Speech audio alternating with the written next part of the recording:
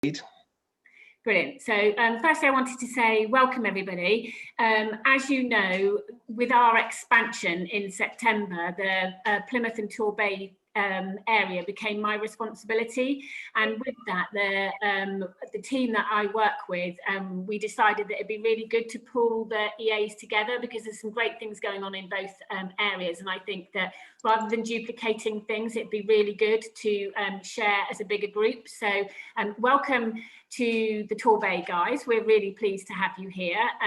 So what I'm going to do really quickly is I'm going to go around, and I know there's quite a lot of you, but I think it's really important that we just know who you are, because the Plymouth guys don't know the Torbay guys, and actually we've got quite a few new enterprise advisors that are with us for the first time. So it'd be really good just to quickly get a quick sense of who you are. So if I sort of go around my screen, if you can tell me who you are, which company you work for, which school you support, and how long you've been an enterprise advisor.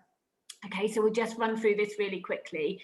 Before I do that though, I just want to introduce my team, because some of you won't have met them before. So I'm going to start with who I can see first, and that's Simon.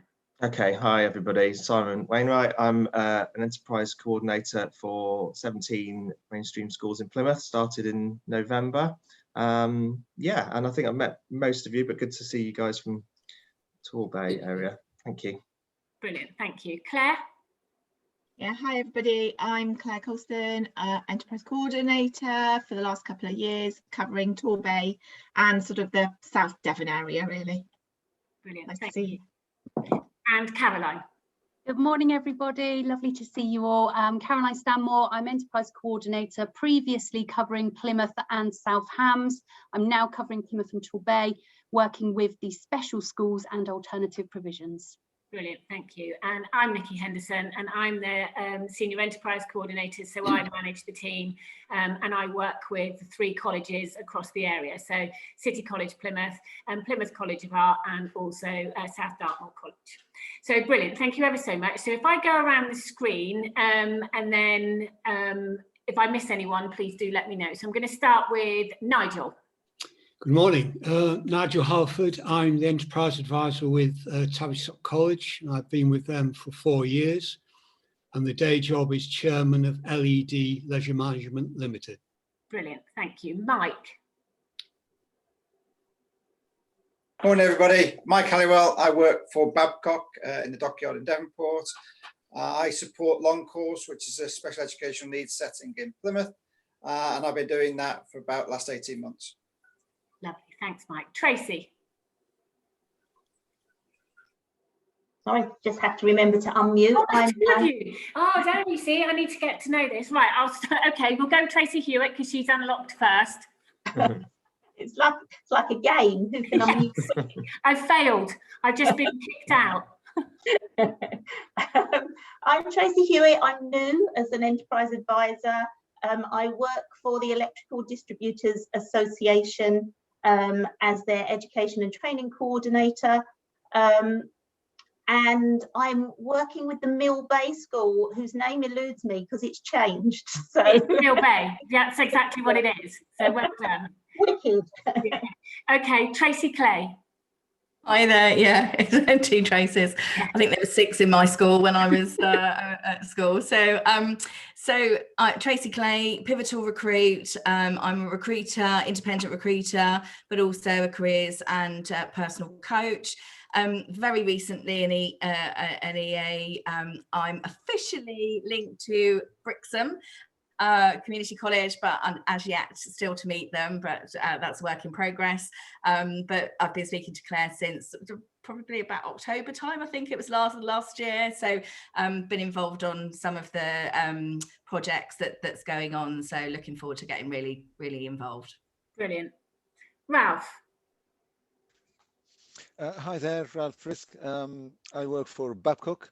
I'm the head of programs of Naval Base down in Devonport, and I'm the enterprise advisor for Devonport High School for Boys. And I've been a couple of years now, I think. Yeah. Thank you. Yeah, brilliant. Okay, John Helliwell. I am John Helliwell. I work for Babcock as a production support operative.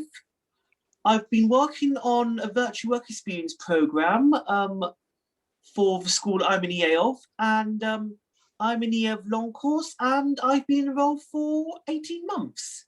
Brilliant, thank you, John. Jace. Morning, everyone. Jace Blizzard. I work, day job is Community Hub Director at Santander in Newton Abbot. I have recently taken the EA role at City College Plymouth, but previous to that was at Newton Abbot College for about 12-18 months. Brilliant. Jo Burney. Hi, yeah, Jo Burney. I'm an HR business partner at Derriford Hospital in Plymouth for the NHS. Shortly finishing there and moving to Land Registry to do HR work there. And I've been I'm a new EA. I still feel a new EA from December last year. And I work associated with Devonport High School for Girls. Brilliant, thank you. Gail. Hi, everyone. I'm Gail Gothamdun. I'm Enterprise Advisor for Buckland Community College, and I'm also Senior HR Business Partner at Devonport in Plymouth. Babcock, sorry. I forgot. Rich Blackmore. Hi, I'm Rich Blackmore, Equity, Diversity and Inclusion Manager at Babcock, so Babcock Marine level. I've been an EEA with Stoke Downwood Community College since April 2019. Very precise, thank you very much. Sam. Morning all, Sam Fraser, Head of HR for Devon Doctors. I have been an EA since January 2020 and partnered with St Cuthbert Main in Torquay. Lovely. James. Good morning. My name is James Swigger. I'm one of the directors at Accounting for Everything. Yeah, we're based in Paynton. I'm one of the EA. Well, I am the EA at Torquay Boys Grammar School, and I think, yeah, it was towards the end of 2019, just coming into the pandemic. So it was, yeah, I haven't really done as much face-to-face stuff as I'd like to have done. Yeah, I know, right? We're going to be covering that today. Elaine. Morning, everyone. I'm Elaine Blizzard. The day job is Community Hub Director for Santander in Plymouth, and I am an EA for Plymouth High School and have been for just under 2 years now. Brilliant, lovely. Nick Williams. Hi, I'm totally new to this. This is my first meeting. The only person I've spoken to so far has been Claire. So I don't have a school as such at the moment, but I'll talk to James. I know him very well. That's great, lovely. Tina, we've got Tina on the line, and Tina was an enterprise advisor. Yes, so Tina Brinkworth, Head of Skills and Post 16. So I'm not an enterprise advisor, but we do partially fund this service through Plymouth City Council. Brilliant. Okay, and then I've got Davey on the line as well. Yes, morning everyone. Sorry, you will see my face shortly, I promise. Just trying to fix Zoom. My day job, I manage the HR and change project activities for Sainsbury's and Argos. I live in Cornwall, but I do most of my work in London, as you'd imagine. And I'm currently aligned to a school in Plymouth, albeit not had a face-to-face visit for some time, given coronavirus and the impact that that's had on retail businesses in the UK. Look forward to meeting you all formally. Brilliant. Thank you very much. Have I missed anybody? No? Brilliant, thank you. That's really great. That gives us a really good sort of idea of who you are and which schools you cover. It's really interesting to hear that several of you have mentioned, obviously, their difficulties in having conversations with your schools at the moment and the impact that the pandemic has had on the activities that you were delivering. And having several new enterprise advisors as well, you're probably thinking, oh my goodness, what is this job? Because actually we've not really done very much. So today is really all about that, and it's all about what the situation is like at the moment. It's about you understanding that you're not alone and that we are all here, and we do really appreciate what you do, but right now it's perhaps not necessarily what you thought you were going to be doing. So we've asked Pete Keegan, who's an assistant head at All Saints, to come and have a chat to us to just really sort of give us that school perspective so that you can hear firsthand what's going on in schools at the moment. Because I think it's really good for you and for us to sort of like get a true picture of the impact of the pandemic, what's happening, how the teachers are feeling, and how they're addressing things. So Pete, thank you ever so much for joining us. I keep rolling him out when I need him, need somebody to do it. So thank you and welcome to our meeting. So are you able to tell us, give us sort of like a bit of an overview of life in school at the moment? Sure. Hi, everybody. Thanks for having me on. Nice to see you all. So my name is Pete Keegan, and I'm an Associate Assistant Head Teacher at All Saints Academy. And we've been back 3 days so far, and it's been wonderful seeing the students, or at least half of the students' faces at least, because everyone's wearing masks. But it's been great. It's really nice. It's nice to have everyone back. So I started writing some notes for this, and it kind of progressed into a bit more. So I've ended up with a little thing to read, which will give you a bit of an insight. It takes about 5 minutes. And then at the end, I'd love to have any questions or talk further about any of the points. That'd be really great. So students generally need lots of conversations about careers from as early an age as possible. Many just don't seem to think about it otherwise. So making these conversations happen requires lots of stimulation, and this is where a careers team and the role of an enterprise ambassador is really important. So in the city, we tend to face the issue of low aspirations. And you get the impression when talking to many of our students that they have never really considered their future. And if they have done, it's often just to follow the footsteps of someone they know, so perhaps a parent or an uncle or an aunt or a friend of the family. So understanding this sort of wide spectrum of jobs and careers is significantly lacking.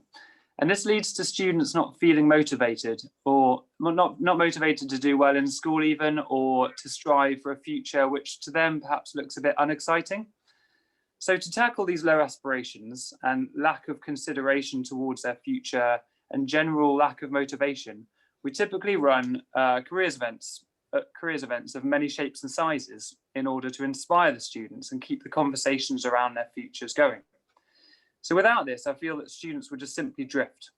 NEETs would go up, mental health and self-esteem issues would increase, and of course the city's needs would not be met in terms of motivated and appropriately qualified students entering that job market.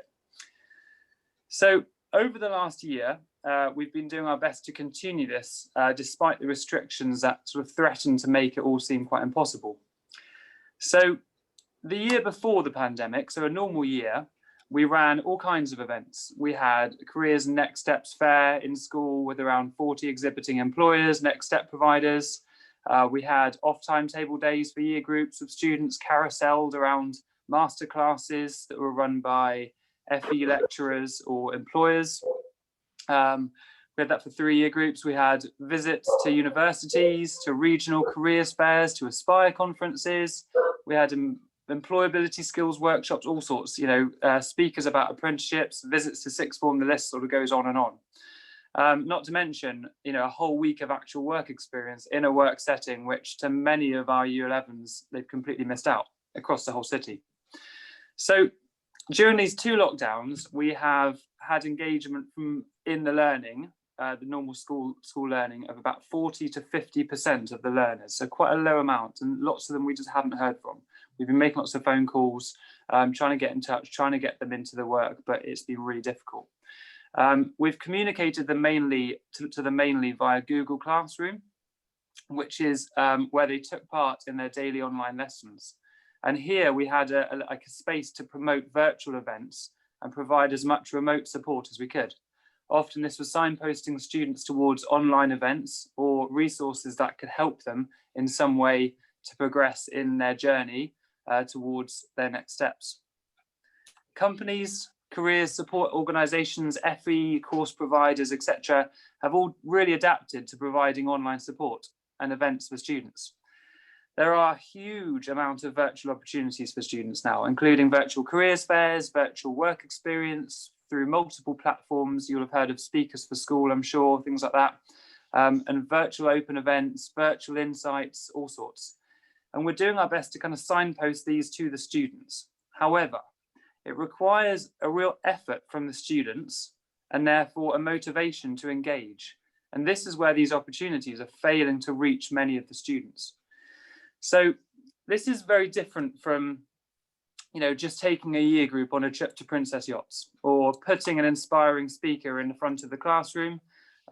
Not many of the students are actually buying into these things, especially as they sit largely in front of a screen all day anyway. So the experience offered is kind of less appealing, and perhaps just kind of seems like more of the same. So the sheer volume of opportunities can be quite overwhelming as well. And another danger is us kind of overloading the students with events, which then kind of dilutes the uptake even further and also makes things quite confusing. So please don't get me wrong, I'm not saying at all that these are not extremely valuable, and it's pretty amazing how these opportunities have all popped up to help address the issue. But we need to somehow kind of engage all of those students again, as it's more than likely that the ones who are not buying into these opportunities are the ones who are going to be more likely to be NEET in the near future. So I think moving forwards, we need to find ways to reach all these students again. We should be looking to take advantage of this new kind of exciting landscape of virtual career support, but at the same time find creative ways to make sure that students are not being left behind. Things are hopefully moving back to that lovely normality. So we have quite busy, but very exciting times ahead, and enterprise ambassadors, it's absolutely fantastic to have you on board supporting that journey. So that's kind of that's my take on the current situation. I'd love to discuss anything further or answer any questions. Brilliant. I just I think it's really interesting to hear that you know, students, our perception is that kids, when they're not at school, they're on their laptops or they're playing games and they're doing all that all of their spare time, or we've had them doing that all day as well, and it's clearly having an effect, and we're trying to find new ways to engage with them. And I think it's really interesting, your stat around sort of 40 to 50% engagement is you know, that's like exactly as you said, there's half your school cohort and not been engaging. So you've clearly got some work to do to sort of re-engage them back into school. How are teachers feeling at the moment? Teachers, some are feeling quite nervous about the implications of the virus still. People are feeling quite vulnerable. Obviously, staff and students all wear masks all the time, which kind of takes a little bit of the anxiety away. But no, it's a vulnerable position to be in. We're all testing twice a week at home. But you know, it's great to see the students, and I think everyone was desperate to get back to have the kids in front of them and to get the students out of this kind of lost world where we just hadn't heard from many of them for so long. It was like they dropped off the face of the planet, and having them back in front of us and having full classes, we've got all the kids back now. You know, the attendance is really good, so that's really nice. So yeah, people are feeling positive. Brilliant. Has anybody got any questions? Well, we've got Pete here. It's a really good chance for you to sort of ask him. Mike? I can't find my hand up button on Zoom, so I failed technology there. Pete, that was really insightful. Hi, Mike. Thanks for that. Thank you.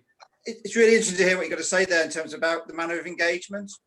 So I'm assuming a lot of the engagement is fairly being spoken at.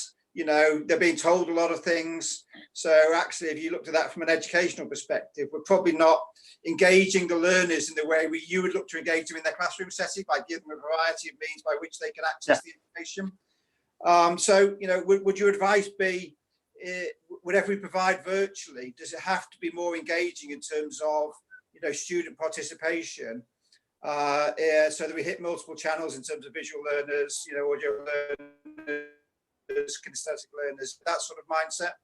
I mean, that's a really good idea. It's everything that's being put together virtually is incredibly challenging and an amazing effort from those people. And yeah, I mean, students need to learn in lots of different ways. But I think the main problem is, unless we can sort of almost like put this virtual event in front of the students and make them do it, that's when a lot of the students will suddenly have an interest sparked and suddenly realize actually something sounds quite promising and exciting. And the ones who are motivated are going on to these things. The one thing I find difficult is actually getting any feedback, because there's so many different events and we're signposting people to them, but actually getting any response from the students afterwards about how that was, or from those organizations about how successful they were, you know, that's like another story. That's another difficult layer of lack of feedback, if you like. So yes, I'm not an expert on what a lot of these opportunities actually look like, so it's difficult for me to actually say that. But you're absolutely right in that engaging them in lots of different ways with different kinds of activities is a really good idea. Yeah, there's just so many as well. There's so many opportunities out there, and signposting them on a daily basis. You know, you're talking about things from all sorts of NHS nursing things across to, you know, Plymouth College of Art doing things and all sorts of, it's daily. And actually you need a way to promote the right things to the right students. So we've been really working on kind of our destinations data, so our intended destinations data, so we can signpost opportunities more clearly to the right students, but also a way of kind of bringing all of these opportunities together in a way that can support students and they can work their way through it and understand it. So when we were using the Google Classroom approach, it was almost like a blog where an opportunity came up, you put at the top for students interested in nursing. Next one comes up the next day for students interested in apprenticeships at Babcock or whatever. So it's kind of coming up almost like a news feed. So one of my approaches to this is we've actually contacted around 10 local web designers, and we've actually got one of the Plymouth web designers on board to help us build a new website, a careers website, which is like a sister website to the school, which is going to help students navigate all of these. So they'll be able to navigate to further education type opportunities, navigate to work experience type things, and it's just going to hopefully sort it all out a little bit for them. That's our plan. I've gone a bit off tangent, sorry. Hope that answered your question. No, it did. Thank you for that. Brilliant. John. Give me one moment. Thank you very much. I like your ideas, Pete. I think when it comes to engaging with students, I think, as Pete mentioned, I think it's important to give students the right opportunities. Giving them opportunities is one thing, but giving them the right opportunities is another. Brilliant, thank you. Absolutely agree, yeah. And John, when you get home, perhaps you can show your dad how to put the hand up on Zoom, do you think? Yes, I'll do that when I come back home. Tracy. Yeah, I was just going to say, I agree with that. It's absolutely about putting the right opportunities for these children, but it's also about igniting unlimited beliefs into what they can do and get them excited. So just to give you a very quick example, on Saturday I was in Boots at the opticians, and there was a family prior to me going in, and the lad was sitting while his dad was going in and just sitting there chatting. So I said, oh, I bet you're excited to go back to school. And he was a typical, I think he was year 10, he said. So he was typical sort of, you know, oh my God, somebody's speaking to me, you know, and stuff. So I said, oh, you know, how are you feeling? Just got him talking about it. And he said, oh, you know, GCSEs next year. I haven't learned anything this year. And he was really quite negative. And so I said to him, have you got any thoughts about what you'd like to do in the future? And he said, oh, you know, I don't know. I said, so what do you like doing? And he went, playing on computers and games. And he said, not that that's going to help. And I went, oh my God, it absolutely will. I said, there's stuff out there that we don't even know what kids are going to be, you know, sort of jobs are going to be created in the future. And a lot of it is from gaming background. And, you know, so, and you saw his face actually light up, and we started having a really engaging conversation about what he liked doing and what he could possibly do. And, you know, and I said, it's been really tough the last year, but the good thing is that you're not limited to just working here now. All the barriers are down. You could be working for a global company somewhere in a job that you don't even know exists just yet. I said, so just do your best and do what you like doing. And he was, you know, and I felt, you know, it was just a chat while I was waiting to go into the opticians, but I thought that's exactly what we've got to ignite in these kids. We've got to make sure that they're not thinking that because they've not had the learning that they thought they were going to get last year, that's going to limit them in the future. So I just thought that was a really good example of how we can instill some excitement into whatever it is that we deliver to these kids, and not necessarily just think of the traditional roles that are locally based. And don't get me wrong, that's good for lots, but the barriers are down now, and the world is their oyster. Brilliant, thank you. That's really Yeah, I agree. And actually, with this new sort of landscape of virtual type work experience, that does open a lot of doors compared to 2 years ago when people would traditionally go down the road somewhere or linked to a family member or something, go to someone else's business. You know, they can potentially, through these platforms like Speakers for Schools, do anything they want to in terms of their work experience. So it is, you know, there has been some good silver linings from all this. So yeah, brilliant. Good point. Rich. Sorry, Pete, thanks for that. I do really appreciate the kind of insight. Thank you, Rich. So as a business, we're looking now, as I'm sure a lot are, around sort of the new world of how we work more flexibly, and we're looking at. I mean, I've seen some job adverts that have come up now within the business, and we're accepting applications across the country. You don't actually have to get to the main site which you may be impacting. How is that kind of? Is that useful for the young people to kind of find out about the, you know, the jobs are expanding and the availability of a job is expanding for them, but also, you know, is it something that becomes more attractive, I suppose, to them for careers? That's question one. I've got a second one if you come back to me. Just helping them to understand that the range of jobs now will get broader. And I think there's a real opportunity there to spark excitement. So I suppose, how do we do that? Yeah, I don't I don't know if I've got a good answer for that one, really. Yeah, it's just again making sure that we're signposting it correctly. No, I mean that is an exciting new thing, isn't it? That things are becoming more global, and actually probably one of my things is perhaps, I think, to you know, I've only been doing this job for 2 years, and getting my head around the landscape of the city is one big thing, and then actually things like you say are going much more out in different directions. And yeah, there's definitely something we need to work on, and how we promote the right opportunities to the students is one of the big things.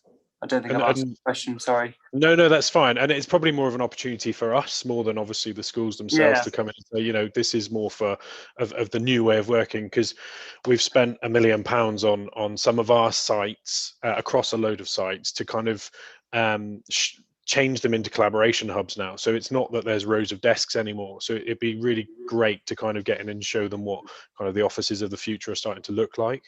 And the second question from me, so I've got quite a heavy hand on well-being within Babcock, and it's really interesting to find out what's the perspective, or what are the provisions being put in place for teachers as well as students, I suppose, for the return to school. So it's not really my area of work within the school. I'm aware of lots of initiatives going on around staff wellbeing. In terms of students, again, that's more of a pastoral role, not my role. But as far as I'm aware, teachers are just on high alert to be reporting anything they notice in terms of any signs of students, you know, struggling more than normal or looking particularly like they haven't coped well during the time. Yeah, I'm just not really the right person to ask for that. Sorry. Okay, no, that's fine. Yeah, it's just trying to understand. Much better at that one. No, that's fine. Cheers. Thank you, Rich. Joe. Hi, Pete. Thanks for that insight. Hi. I'm very new at this, so this could be a really dumb question. So apologies. But is there opportunity within the classroom time or the timetable for that student self-reflection? And it touches on what Tracy said about thinking about what are my interests, what are my passions, what are the things, not within the context specifically of a career, but for kids where they can take a step back. They're being pushed forward lots of information, but when do they get a chance to take a step back and digest that, and then also think about, okay, what are my skills, my strengths, my interests? What do I do when I'm left to my own devices? Because it fits a little bit with a piece of work that we've been looking at within the EA group. And I'm just interested whether that is factored in within the careers process within a school traditionally, or within their usual sort of well-being, pastoral care, perhaps. Yeah, great question. Sorry, I'll wait for the bell to stop. Yeah, so Yeah, very good question. So at the moment we have life studies lessons, and built into those life studies lessons, which are once a fortnight for each of the year groups, we have Unifrog. We have like an actual program study for Unifrog, which I think adds up to 6 lessons per year group. And as the students go through the different years, that it starts off on a journey of kind of self-exploration, thinking about their priorities and their interests and their hobbies, and how that could relate to something moving on further forwards. And it goes through them supporting in their option choices for going into year 9. So again, helping them sort of align their kind of interests with a potential path to a career. And as it progresses through into year 11, you know, it's CV writing, it's applying for your next steps, it's all those sorts of things. So, so that's kind of our main way of doing that. But in terms of what you're saying, a time of reflection for students to actually look at this stuff within the curriculum and digest it, and you know, maybe have a chance to even talk to each other about it. No, that's a very difficult thing to kind of build in, really, because especially now, you know, every bit of curriculum time now is being snatched back up by the teachers and desperately used to kind of cover the curriculum that's been missed. So that is something that I would like to see improve in this school and in schools, that sort of consistency of that, you know, having 6 lessons for a year. I would rather, and that's a block, I would rather it was something that was sort of drip fed throughout the whole time. So more of a consistent, more regular approach, so that conversation's constantly being put back into their minds. So yeah, good, very, very good question. It sounds like a great piece of work you guys are doing on that. Just to quickly sort of follow on from that, I was going to ask you about curriculum time and how difficult it is to get. So you were talking earlier about all the different things that are getting sent to you and initiatives that are going on, and you know, you feed them out. But is the sense that the students do this on their own time now? I know a lot of the virtual work experience offers are during half term, during Easter holiday, rather than being during school time. So in terms of the stuff that's coming out from you, are you able to actually get that in curriculum time, or is it all outside of curriculum time? Yeah, so we're working on our way of using the tutors as the communication method as well for that. But no, it's all happening outside of school time, again, which needs that buy-in from the students and that extra effort. So you're therefore eliminating great swathes of them, because it's not, I'm not saying they're lazy, they're not lazy students, they're just busy students. And actually, unless you're really showing a teenager something that looks exciting, they're not going to do it. Do you know what I mean? You've got to really put exciting things in front of them and kind of force them to engage before they will actually sometimes have that spark of interest. So no, that's an issue. And you know, before the second lockdown, we had a couple of the Speakers for Schools work experience opportunities that we were going to run in school in the library for certain students. So they were going to be off timetable for the week in the library. But then we went into the second lockdown, so they did that at home. And then we've had this kind of like fairly sudden transition back into being in school. So the Speakers for Schools platform, there might be students who had applied for certain things or were considering applying for things that are during this time, but now they're back in school. So if that does come up, we're going to have to work out ways that we would hopefully negotiate them coming off timetable for that piece of time, depending on their year group. So it's challenging, it is. Every one thing like that would happen is a logistical challenge for myself and our careers team, or myself and Helen, because that takes organisation. So if you've got 2 students doing a Speakers for Schools work experience in a different week to all of the other students doing their hopeful work experience later in the year, you know, that's a big thing to organise in that week, with the staffing involved, because they need to be supervised, with the parental consent, with all that sort of stuff. It's quite a big thing just for the 2 students. So it's almost not manageable. If we got to the point where everyone was trying to do that in different weeks, it would be a very difficult thing to manage. I think that's really helpful, and I think that it gives us a really good indication of, whilst your first statement about how fantastic it is that the students are back in school, I completely see your face light up to when you talk about it. But there are some real restrictions at the moment and some challenges to overcome. But there's some stuff in the chat actually around, and I think it was mentioned earlier about, you know, we now have a global workplace that we never had before. and it gives us a chance to raise the aspirations of the students. And I know that that's something that's really close to your heart, and it's certainly something that the Careers Hub really work towards, is raising aspirations of students, and we absolutely want to keep our talent pool within this city. And actually global working kind of helps us do that, because they can go and they can come back without physically leaving, if you know what I mean. So I think there's some work that we can do around maybe looking at how we can help raise aspirations. So thank you to Ralph and Sharon that have put stuff in the chat around also jobs we don't even know exist. I mean, people always say, don't they, you know, I'm a blogger. I'm like, what is it? What even is that? You know, that was not anything that was ever on offer when I was younger. In fact, I'm not even sure I totally understand it now, but there are definitely, in the tech industry particularly, there are jobs going to be coming in the future. So, you know, it's keeping an eye on that as well. But schools are trying to catch up at the moment, and it's just the pace of change that's going on will be quite difficult, I would assume. There's also the danger that comes with those sorts of jobs as well. So the idea of a blogger, you know, I have students say they want to be a gaming blogger. Lots of students saying they want to be a gaming blogger. Okay, you need, you know, to be a blogger, you're going to have a really charismatic personality for people to want to sign up to watch you. Yeah. And the kids who are telling me that don't tend to be the kids who have got that kind of vibrant, lovely outward personality.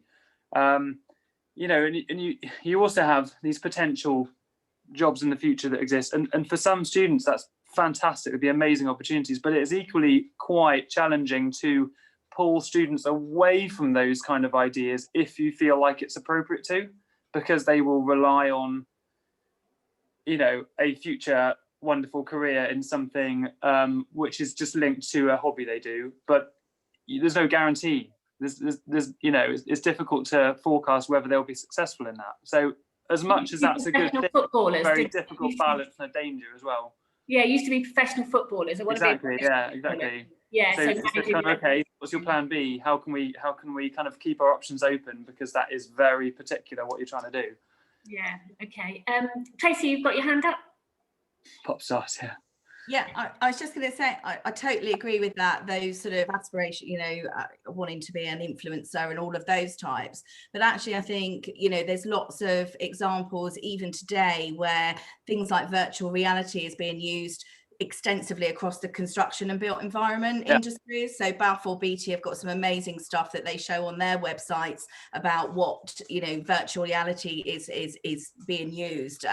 So that I think there's a fine line, isn't there? There's tapping into that aspiration, and I want to do that, but then underpinning it with actually there's some real, you know, jobs, traditional type jobs that are actually using some of this technology and moving forward. So it's just expanding their horizons. I think that thing, and tapping into what makes them tick, and then hopefully we'll get those aspirations. So it was great listening to the insights from the school's perspective, and you touched on around sort of the programs that have been created to help them get ready for the workplace, CVs and things like that.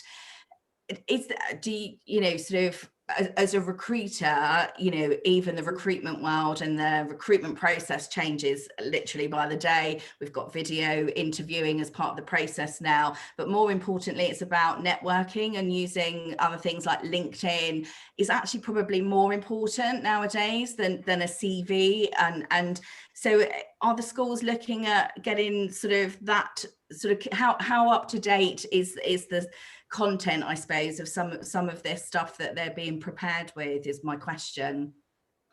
Yeah, probably perhaps not prepared enough in that sense, actually, because like you say, it's evolving on a year by year basis, and actually how things have evolved in this year, you know, has changed the world, isn't it? So it's definitely something to be looking into, and we would therefore have to look at our Unifrog provision, which is kind of how we do that. Do you all know what Unifrog is? I'm saying Unifrog as if I think everyone knows what it means. It's basically like a package you buy into, which is a platform where there's all sorts of resources on there for CV writing through to, you know, all sorts of stuff.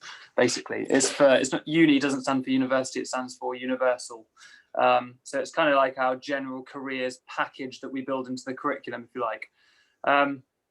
but no, how up to date that is and how that's changing, I'm not sure. But you know, the priority now is just to re-engage with the students, and I'm imagining the sort of development in that sort of curriculum side of things is probably going to come as the next step afterwards.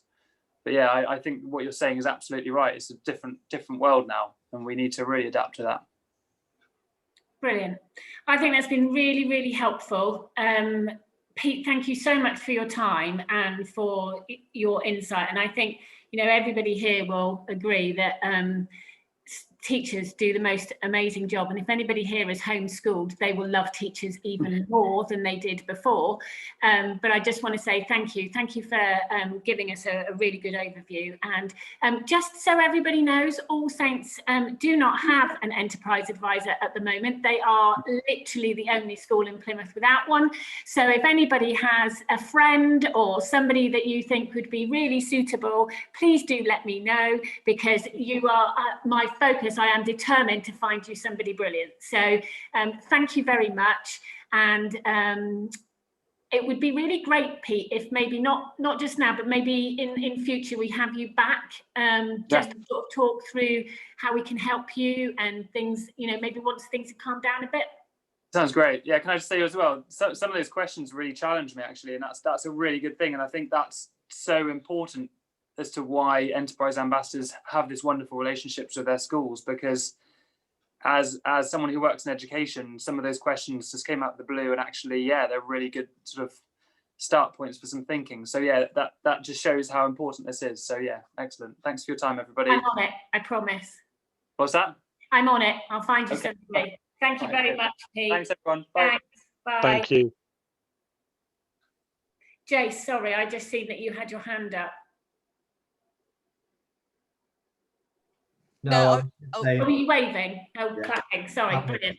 Okay, that was really helpful, wasn't it? I think because I think you know that bit at the end, the fact that he realises that you know, your challenges to him is exactly what the enterprise advisor role is for, and he did have somebody until very recently who unfortunately has changed jobs and isn't able to continue. So I think it's really important that we get their perspective from the schools so that we understand right now how we can help, or if we need to just take a bit of a step back, which I think is probably quite obvious at the moment, just sort of like hang fire, but we're going to cover that a little bit in a minute.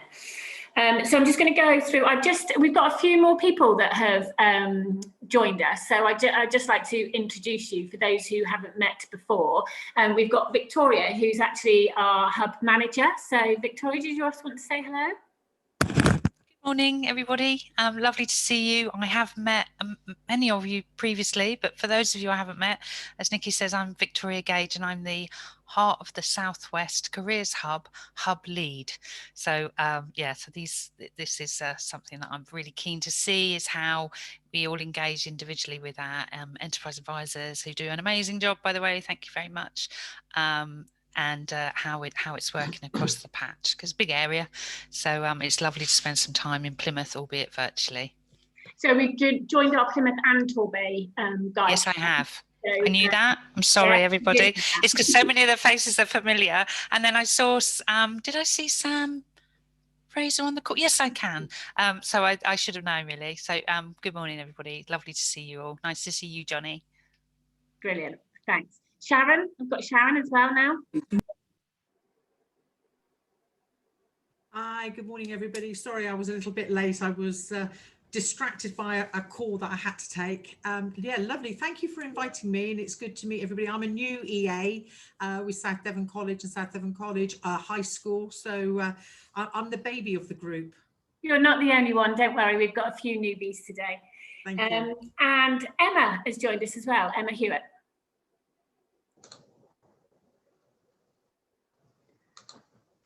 Thanks, Nikki. I'm just trying to get my video working. Good morning, everyone. Yes, I'm Emma Hewitt. I'm the skills leader at Plymouth City Council, and I've just taken on the challenge with Notre Dame, which again is my own school. So going back to pay my dues. Brilliant. Nice to see everyone. Yeah, and I think many of you know Emma and Sharon, actually, who have spoken before at this group with their day jobs. So it's wonderful to have them on board. We're very lucky. So brilliant.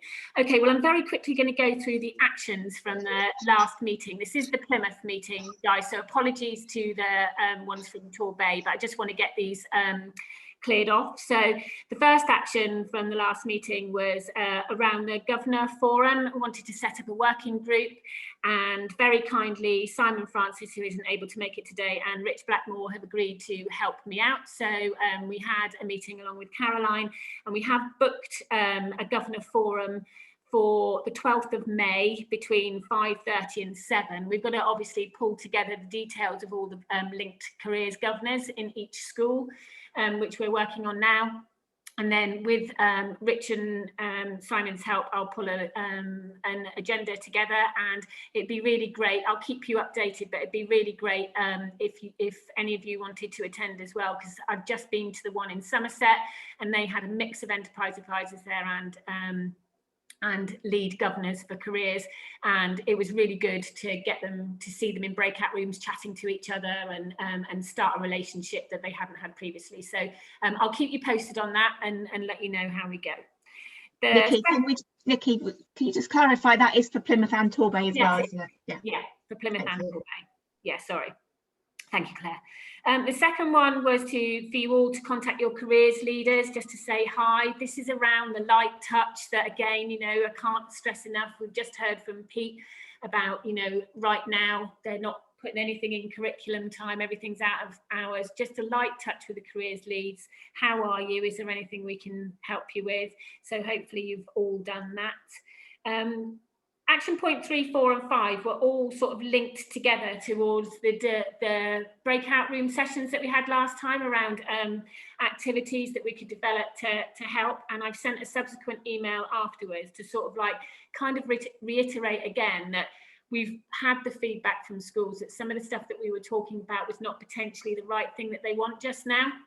So Ralph has got a spot in a minute where he's going to tell you about something that he's taking forward.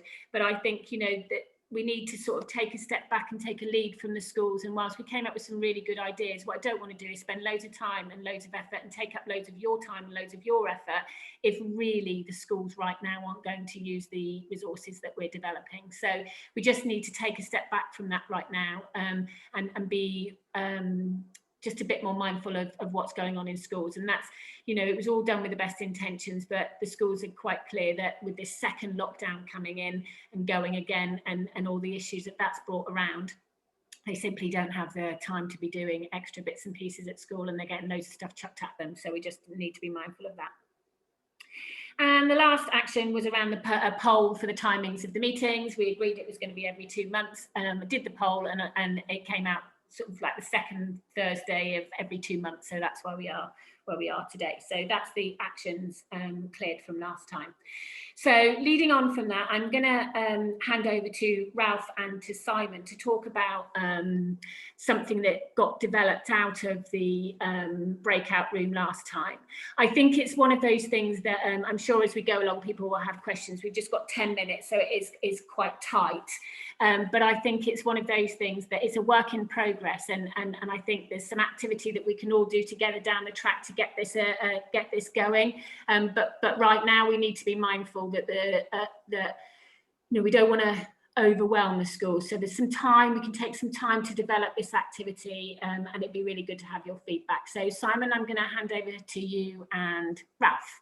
Great, thanks Nikki. Yeah, it's a good summary of where we were last time in terms of when we met and split ourselves up and looked at things that we could do proactively to support schools. And obviously having heard from Pete, you know, we're conscious we don't want to just dump new resources on them, but we felt this was an activity that could engage all of the enterprise advisors around their own personal journey. And the reason why we chose that was because we thought it would offer an insight into where each of you kind of came from, in terms of your career paths and how that then gets communicated in a way that schools could potentially use. So Ralph and Joe and I have been exploring that in different formats, and we've done our own personal journeys, which I think I'll agree is quite insightful in terms of how far you have to dig back and think, where did that influence you? But the idea is that it brings out the skills, the knowledge, the competencies that you've gained along the way, and how that then fits into the role that you might be doing or might want to do. So it's an idea that we're trying to still develop into something useful, and Ralph's done a lot of work in terms of the format, and he's going to explain that in a minute. But I just wanted to give you some context around why we're doing this, and it just felt like there's something missing around linking some of the roles and the resources and some of the sectors together as well in lots of ways. So it's quite a complex picture, as you can imagine, around the perception of what roles look like out there. So we're really trying to do this with the aim to get students to understand that some of the skills that they might already have might be relevant in some of the roles they might want to explore. So I hope that makes sense, and hopefully Ralph can pick up from that and take the next bit. Yeah. Thanks, Ralph. No problem. Well, thank you everybody. Right, it is work in progress. I'm going to try to share a screen. We've never done it before, and I hope, Simon, that you have enabled screen sharing. So give it a go, and yeah, absolutely. I'm pretty sure. Right, tell me, plan B if not. Tell me when you see it. It's should be coming away. Here we go. Right, that's it. So you can see the intent out of this. We had a quick brainstorm of what could be a real life and how all the roles and careers and skills all come together to produce something. And by that, you have it done as I laid it out in modules. So not all of it can be shown to students or pupils in one go. So you can do it over a few sessions, etc. You will see what it means in a second. So without further ado, I'm going to dive into it. And the topic that was chosen is the following: building a hospital extension. Just to make the technology work. Bear with me a second. Here we go. Hold on. Go back. So can you see it? Just a quick note, Simon, if that's okay. Right. So let's say, who does it involve to build a hospital extension? And the interest is, when people think hospital, straight away, doctors, nurses, and this is where you will see how we're trying to weave a real life scenario together. So the first of all, you will have the board of directors, and then you dive into and you find what a director does, and then you move to assigning a project manager. What does a project manager does? And then you dive into, and this is the piece that we would like to stress a bit on, is that so suddenly you have a real person, one of us, or one of our colleagues, or somebody who does project management for a living, where we can embed a video at that level and voiceover, where the person would talk about what they've done, how they come up to become project managers, and so on and so forth. So suddenly we've covered that. Then the intent is, whilst you're building a hospital extension, you need finance. So suddenly we move into the finance world, and into a hospital there will be a finance department. So it's not only doctors and nurses and etc. And then you dive into, what do they do and who does the work that finance deal with for this type of projects? And you can go down into the management accountants, the accountants, etc. But then these people, we need to fund the hospital extension. So then you go to the bank, and from our colleagues, I'm sure, bank managers and are able much more than I to show what happens in a. But then you go into the front and back office operations, and from there you move into brokers and investment funds and how you secure funds. And I'm not going to dwell on everything, but I'm just gonna, I'm just showing a picture of where building that hospital extension will take you. And then more the traditional thing, which is the design and build. So you go into the engineering side, the architecture, the landscape management. I'm going to very quickly, environmental departments, because environmental, I just wanted to touch on this. There is a lot of careers and jobs now into environment and waste and protection and so on and so forth. Then you get the usual engineering stuff. But what I also wanted to touch here, we can take into the local authority role. Because the hospital extension have to gain planning, have to gain other services, because suddenly you need the transport. You're going to have loads of new patients. You have to get a bus route. You have to do all this stuff. And back to environmental from a council perspective, not from design perspective. And very quickly,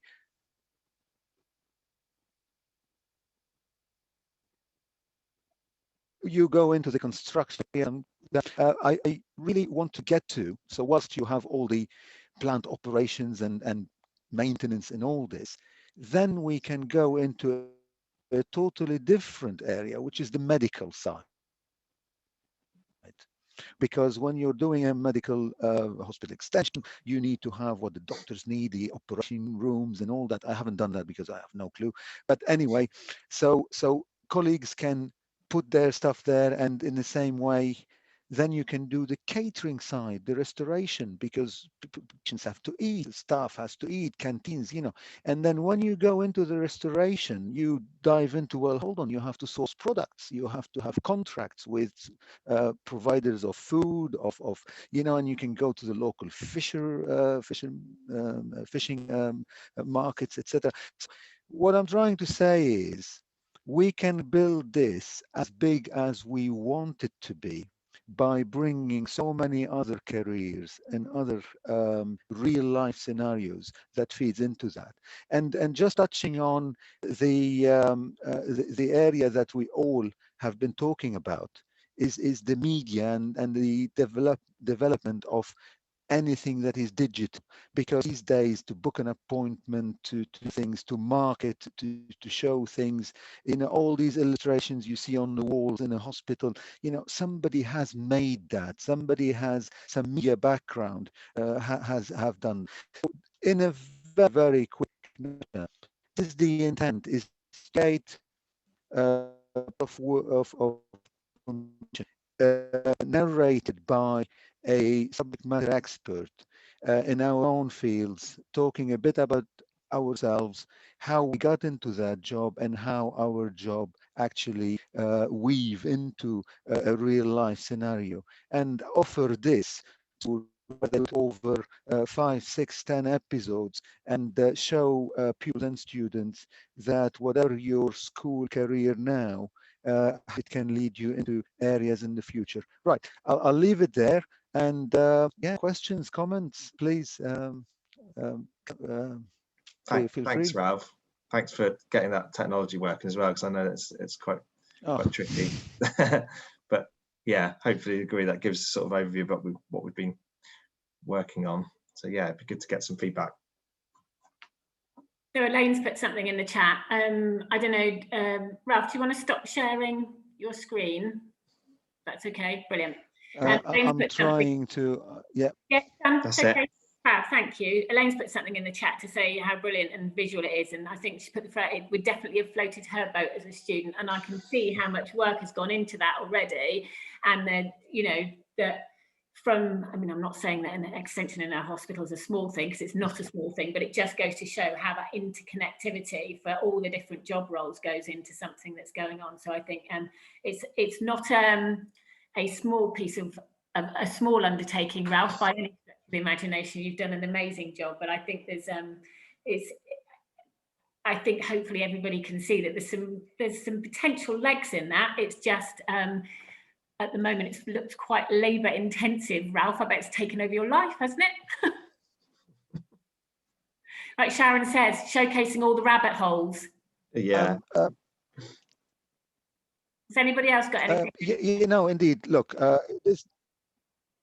yeah.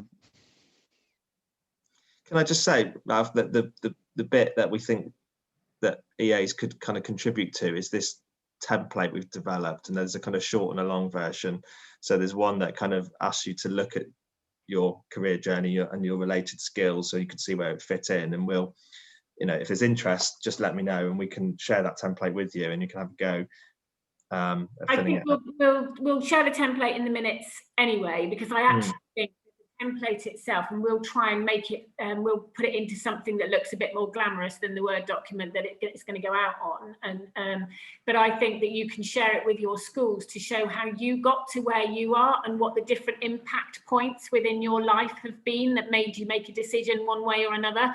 So I know that Joe Burney has done one, and Simon himself has done one, and Ralph has done one, and they're really interesting. So maybe what we could do is send them out and maybe look at where we can work together maybe next time and go through it, do you think? Sounds like a plan. Because I think that your individual schools, do you remember when we first started that people would do presentations on themselves at their school, and this might start that conversation. Joe, did you want to say something?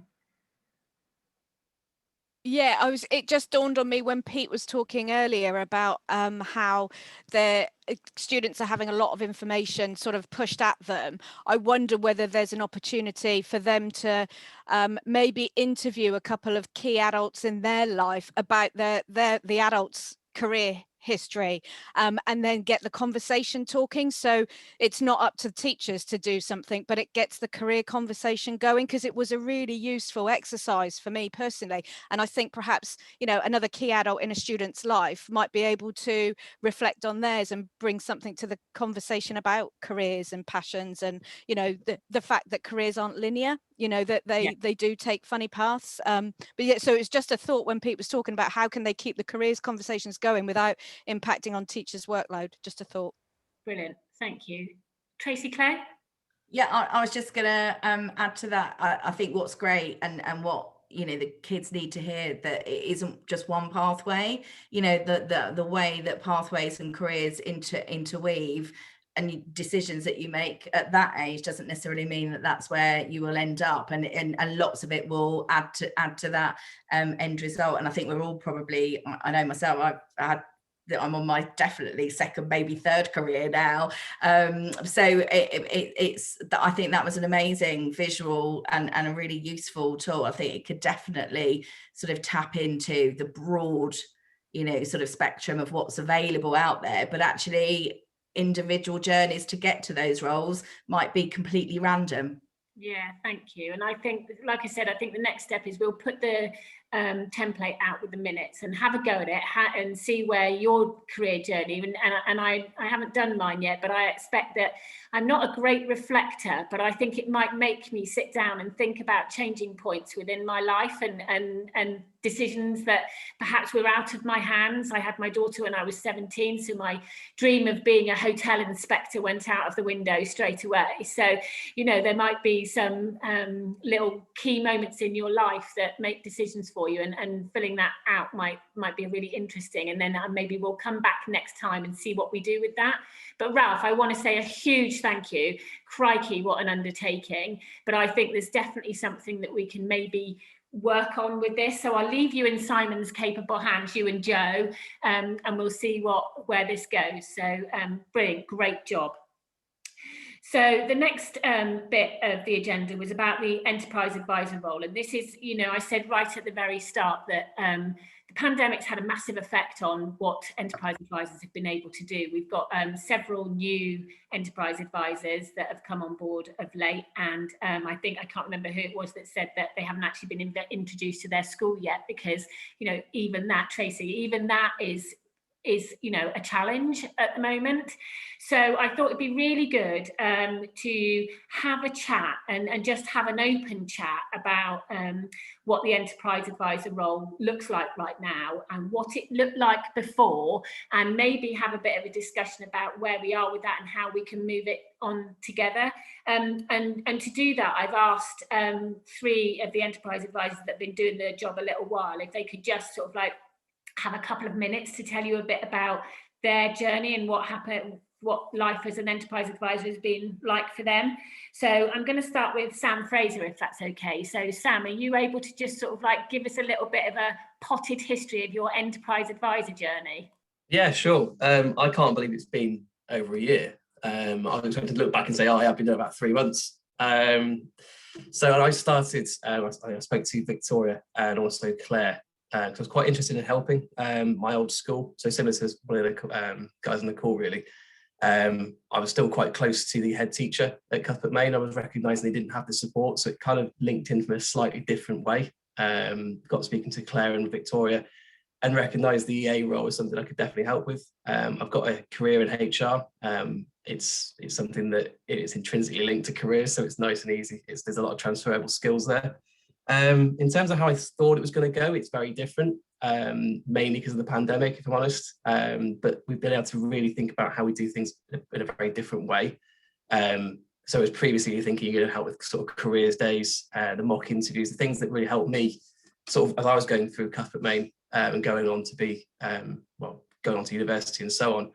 Those are the things I wanted to give back. So those are the things when I was speaking to Victoria and Claire, I was very passionate about. Those are the things I think had a massive impact on where, me coming into healthcare, me coming into HR. And that was something that I only got because Cuthbert Main put on certain careers days. They put me in contact with the right people. I didn't have those contacts outside of school. So it was purely through that I got those experiences and those opportunities. So that's really what I wanted to make sure that there's, now the new students, the students now are still getting. There's a really good careers lead at Cuthbert Main, which makes this job a lot easier. I think if you didn't have that, this role's a lot harder. So I'm very lucky to have Martin at Cuthbert Main, who is very engaged and very sort of passionate about this. He's got his very eccentric views on how this should be progressed, and it's things like that. He's a very loud voice in the school, and I think that's what you need. This needs to be something that sits in a senior enough level to have enough clout, and that's we're lucky to have that. So the A role really has been a case of looking at their campus performance and making sure that they are on track in terms of delivering against the Gatsby principles and the benchmarks, and making sure that they are where they need to be and they're offering it to the right levels within the school. And that's continued even virtually. It's been a bit more difficult doing that remotely. The first few meetings in person were definitely better. I think you get under the skin of the school more, you understand a bit more of what they're doing. Virtually, you find yourself going through a bit of agenda. So I'd like to think we go back to a more of a face-to-face position at some point. But in terms of what the pandemic's given us as an opportunity, I think it's already been said, it's a more adaptable way of working. It's thinking about what careers are going to be like in the future. It's more remote working, like Richard said. That's going to be more the norm. That's not a one-off during this. That's something that get the students ready for it now would be good. And likewise, interviews. From a HR perspective, all of our first stage interviews are virtual anyway. So the quicker you get students into that and thinking this is the norm, the better. It's not the interview skills we've taught before, they're slightly different. It's being au fait with Zoom, with MS Teams, it's things like that they wouldn't have otherwise had experience of. I know I didn't.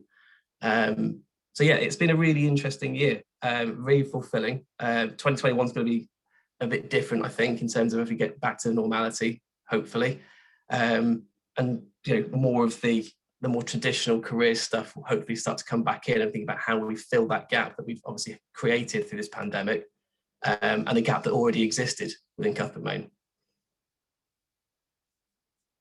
Brilliant, thank you so much. That's really helpful. And you came in just over a year ago, and bam, in comes a global pandemic. So it's straight change. So I'm going to go to Elaine next.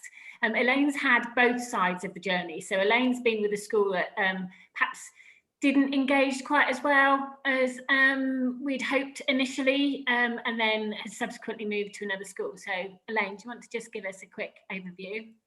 Yeah, absolutely. Thank you, Nikki. Actually, 2 other schools, Nikki. So I'm third time lucky. So I think probably the first thing I would say that I've learnt from this is to be a little bit resilient.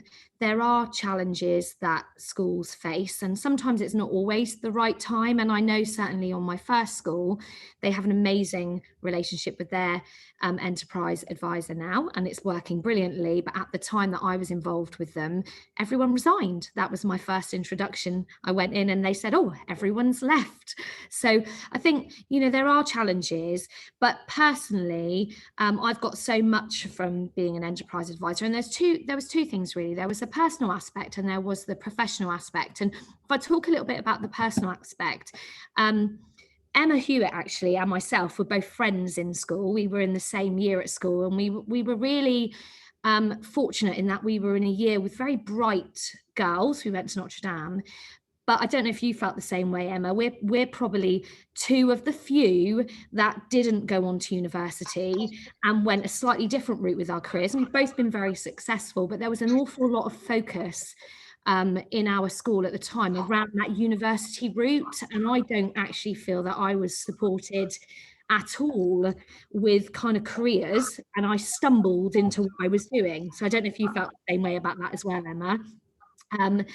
And I guess, I think we had lots of Oxbridge girls in our year, didn't we? Which was great for the school, but maybe not so great for those people that didn't want to go to Oxbridge. So I personally, having had a daughter who is now nearly 5, didn't want to really have such ignorance about kind of those types of things. So I thought personally it would be helpful for me if I could understand what the career setup was like in school. And I've got so much from that, which has been really, really helpful to me.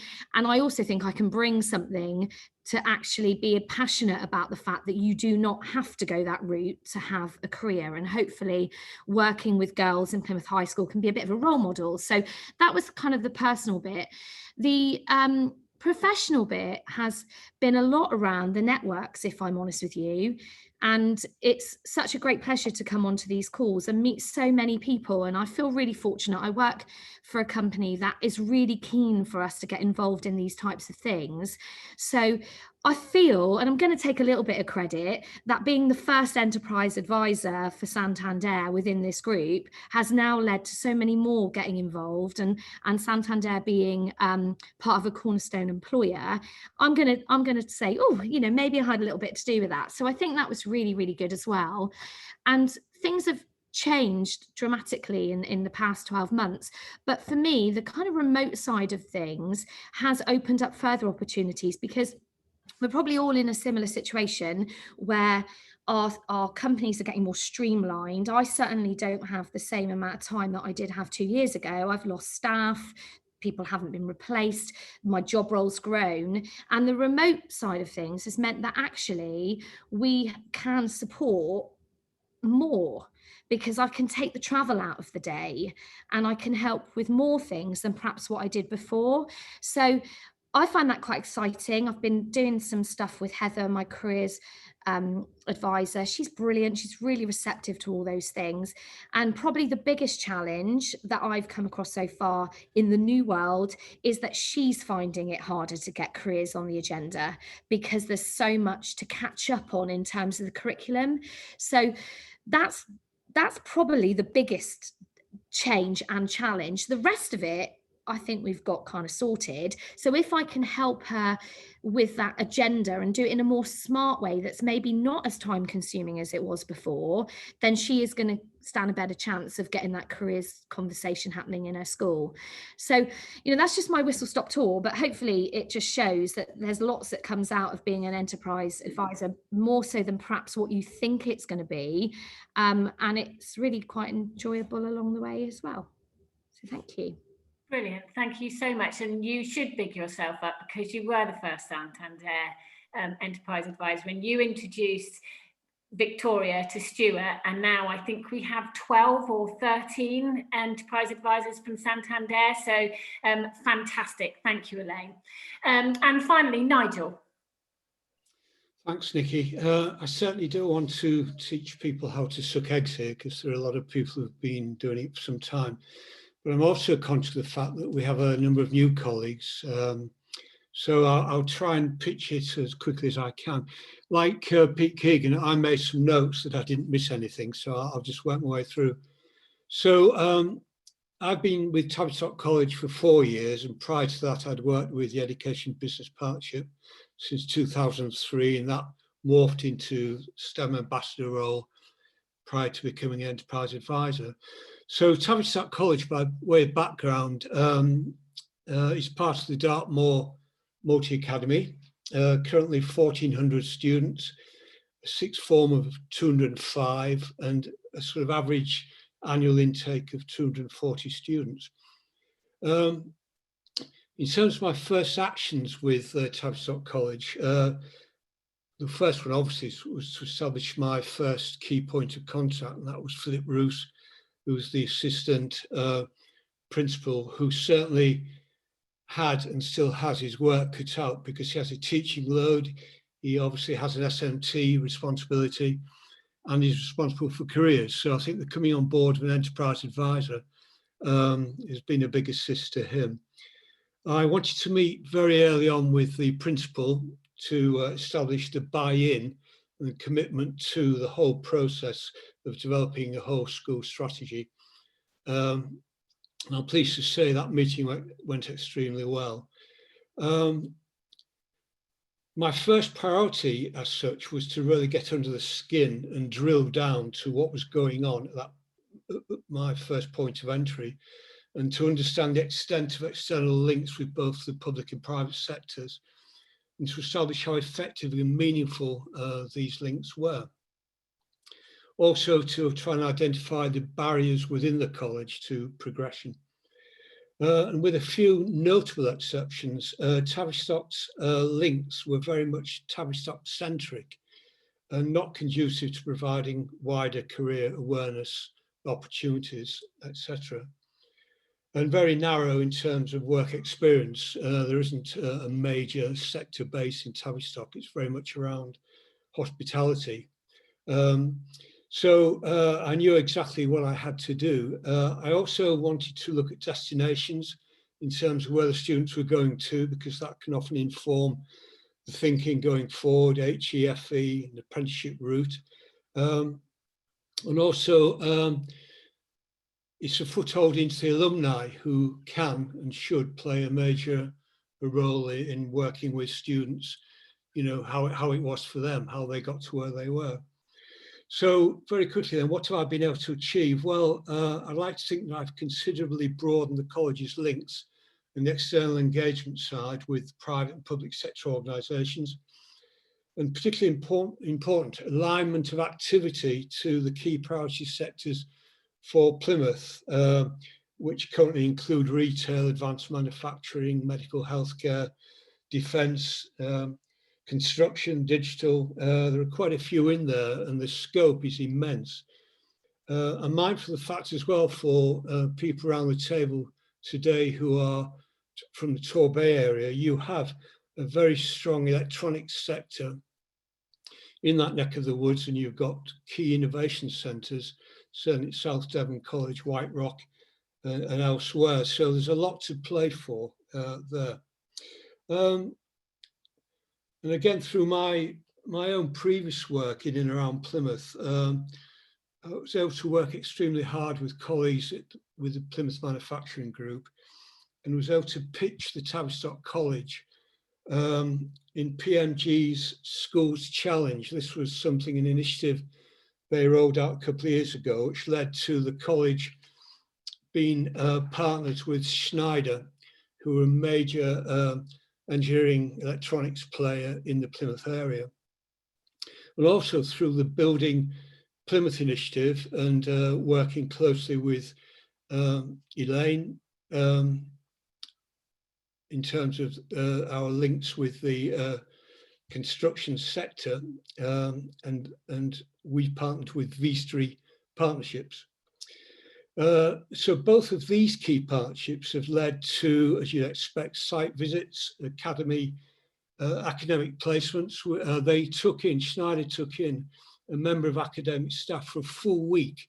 They backfilled with finance, and that academic member of staff was able to come back and enrich the curriculum by relating the real world experience to what was being delivered in the college.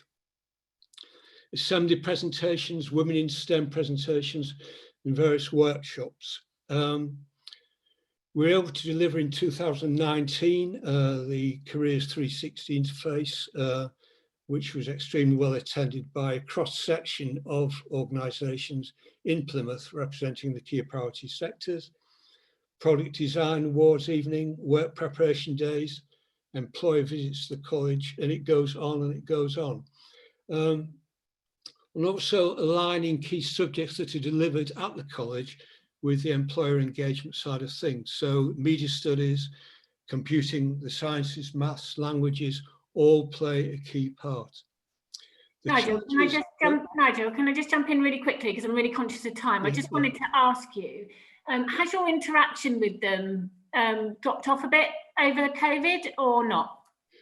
Yes, obviously it's dropped off, but what it has meant, we've had a time to reflect on the way we've delivered things, to really look closely at Compass, and obviously a number of items or initiatives that we were due to run with have been put on the back burner. But we've also been putting out virtually, I mean, the number of initiatives that come out from yourself, Nikki, and colleagues have been tremendous. It was mentioned earlier by, was it Pete, about information overload. So keep it coming, but we have a job to distill it, that's all. Sure. Just very quickly then, challenges going forward in terms of Gatsby benchmarks. There's still not enough being done at the front end at year 7. We've got to address that. So we've got some thinking going around that. Engagement with parents and governors, a lot to do there. A lot to do in pulling in alumni who can come in and talk to students, and work to do with our subject leads to get them fully on board with the engagement with a number of companies that we're dealing with. Obviously, we've got the virtual careers fair coming along. And just a reminder to new colleagues, don't lose sight of Ofsted. Ofsted inspectors now have a very firm brief to examine what schools and colleges are actually doing in terms of careers and engagement with both private and public sector organisations. They will ask questions, they will talk to teachers, they will talk to students. So I think I'm nearly there actually, Nikki. Just to say really, the reason for me becoming an enterprise advisor was to add value and make a difference. And it's been a journey with a lot of fun along the way, a long way to go. I'm certainly not complacent. I know what we have to do, but we have to go to pace that the school can actually cope with. And so that means the role of the enterprise advisor is absolutely critical in facing this new world order. That's it. Thank you, Nigel. And as our longest standing enterprise advisor there, I think your words, your last few words where you said, we have to go at the pace of the school right now is key. And I think you, having been in it a while, you're confident and happy that you can take a step back and just let the school come to you for a bit. And I really want to reiterate that to the new guys. Don't feel that, oh my God, this just isn't happening. It will, it's just right now is a difficult time. Victoria, did you want to say something? Yeah, just a real quick one on that. So thanks, Nigel. It's always lovely to hear from you. I'm just liaising with a careers leader at a school in Devon, and I messaged her on LinkedIn this morning just to touch base, and she came back to say, I said, I'm sure it's absolutely frantic. She came back to say, yes, I'm part of the COVID testing team. So, and I think we'll find a lot, and you've probably already covered that before I joined you. Apologies, I had another meeting, but they are actually doing so many different roles at the moment. So I think to fully support what you said, Nigel, we just need to bear with them and, give them the support when they need it, but know when to, listen and just be there in the background really until they're ready to get back on. But as you rightly say, careers is more critical than ever now for these young people. So I just wanted to say that's my experience really. Brilliant, thank you. And actually, I know, I spoke to somebody, I bumped into somebody in the supermarket at the weekend, and she's a careers lead, and exactly that, Victoria, she is spending this week COVID testing. So brilliant, thank you. I hope you found that useful, and I hope that, you know, for the new guys, you can sort of get a feel from Elaine, Sam and Nigel of what it means to them personally, but also the situation now is not necessarily the norm. So please, we will be here to support you. If you have any questions or any queries or any concerns, or you're worried that your schools aren't engaging, please do talk to us, because we can help you. So we've just got a few minutes left, and I've got any other business, and I was just going to bring in Sharon quickly, because I know that she's got an ask, and then I see that Emma's put there. I was going to ask Emma to mention the careers fair. So Sharon, do you want to go first? Thank you, Nikki. This is a plea for any of you who are sat in organisations where you may, and actually at home, and you may have a cupboard or a dusty old place somewhere in your home or in your organisation where there may be a device that you're not using. So a laptop or a tablet that you don't want to use anymore, and that you would be willing to give to a young person, an apprentice or an older learner who actually does not have access to a tablet or a laptop. And this is actually digital poverty. You'll have seen loads of it. You know, the Mail has run a campaign. I know that Torbay, Rotary have been involved. Lots of different groups have been involved, but the problem is still out there and exists. I've got a list of nearly 300 names of young people, apprentices and older learners who cannot access the online learning to keep them on programme. So last week we did our first delivery. We delivered 5 laptops and devices to young people in Plymouth, and they were absolutely overjoyed, made up, because it's allowed them to stay connected. It's good for their mental health. They're staying on programme. They're still able to learn, and they're still actually able to stay in contact with their peers and their friendship circle. So if anybody's got a device, so it needs to be a laptop or a tablet with a power cable and not a cracked screen, can you get in touch with me, please? We've got collection points in Plymouth, Exeter, Torbay and Mid Devon at the moment. We will take them. They will be wiped. They'll be cleansed, and then they are reconfigured for use so that the learner can actually make use of them. And we've been really, really lucky with people giving us data packages, dongles, etc. So the devices that you give, they will be wiped, they will be cleansed, there will be no data on there. And as I say, we've got a couple of technicians dotted around the county who are currently making them fit for purpose. And you know, it's a really good way to recycle stuff. And I know, Nikki, personally, you've got something there at home ready for me. And in fact, somebody came to my door last week with 3 mini iPads, which that was personally. So if you've got something, can you please help us, because we do have a real issue with people not being able to connect to their programme of learning. Brilliant, thank you, Sharon. And Emma, do you just want to talk about the Like to Be Inspiring Careers event? Sure, thank you. So this is a collaborative effort with from Plymouth City Council, with Plymouth City Bus and Devon and Plymouth Chamber, and we've come together to organise an Inspiring Careers Shaping Your Future event on the 25th of March, very much targeted at young people in and around Plymouth. We're really conscious about our imminent school and college leavers, so we're doing a particular focus on kind of this year's cohorts leaving. So any help you can present in terms of promoting this opportunity to your local schools, that would be great. Just to explain, it's going to be delivered through the Like to Be platform, which is an online careers event network, and it helps sort of introduce students to professional online networking, and it's an ongoing engagement piece. So it's not a one-off event. These are resources and content that we'll be able to use and access in the future. It's a free event. It's going to contain live streams, workshops, career talks, lots of kind of real-time labour market intelligence about the City of Plymouth in terms of our growth sectors, self-employment, business planning, CV building, and all that kind of stuff. We're creating particular career zones that link to our growth areas in the city. So we're going to have a big building Plymouth focus, caring for Plymouth, bringing in all the care, health and medical, destination Plymouth in terms of hospitality, tourism and retail, digital Plymouth. Plymouth makes all the manufacturing engineering side, our sort of Plymouth design and cultural side, transport for our armed forces. So we're going to do some really big focuses around apprenticeships, traineeships, and all of that, all those good pathways as well.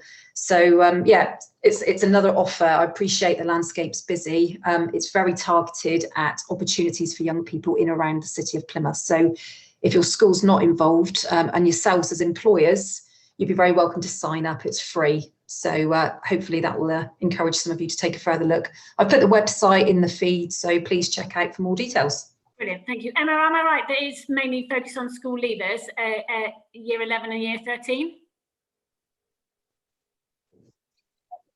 Yeah, I mean, that's kind of how we pitched it, but obviously some schools